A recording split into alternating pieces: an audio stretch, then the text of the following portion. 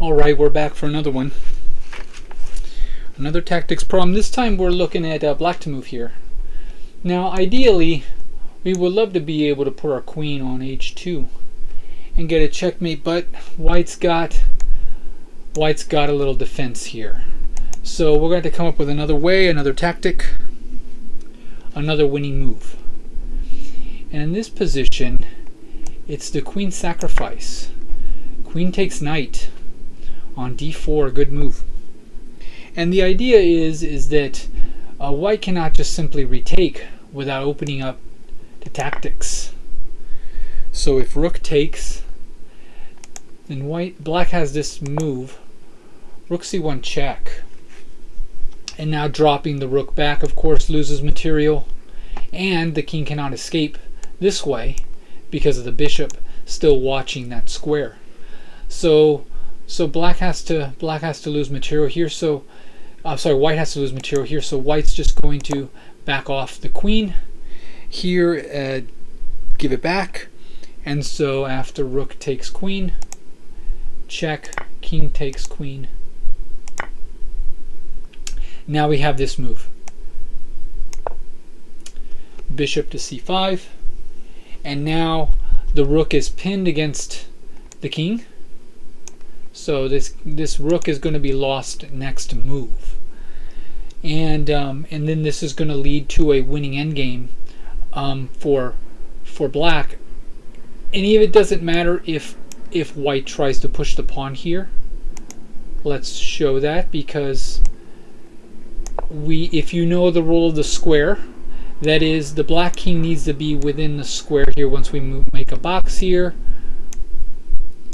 So long as the black king can get inside the box, then we're stopping the pawn.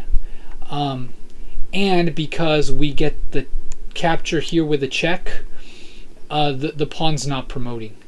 So let's show that pawn advances, and now here we can take first, or we can move the king forward. Either way, I just want to show the line. If the pawn moves all the way forward, now we take with check, the king will move forward, and then the black king will move into position, and now the pawn's going to be lost, promotion or no promotion. And then of course these pawns are going to be ganged up on later in the endgame. So white's just going to resist as long as possible, play this move here, b3.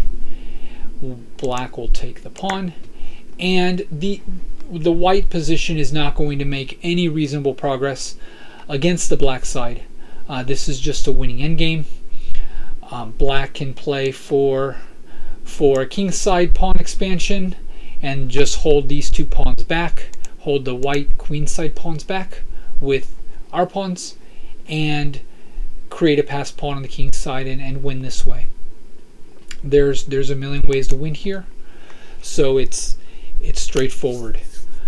But it all started with those tactics. Let's go back.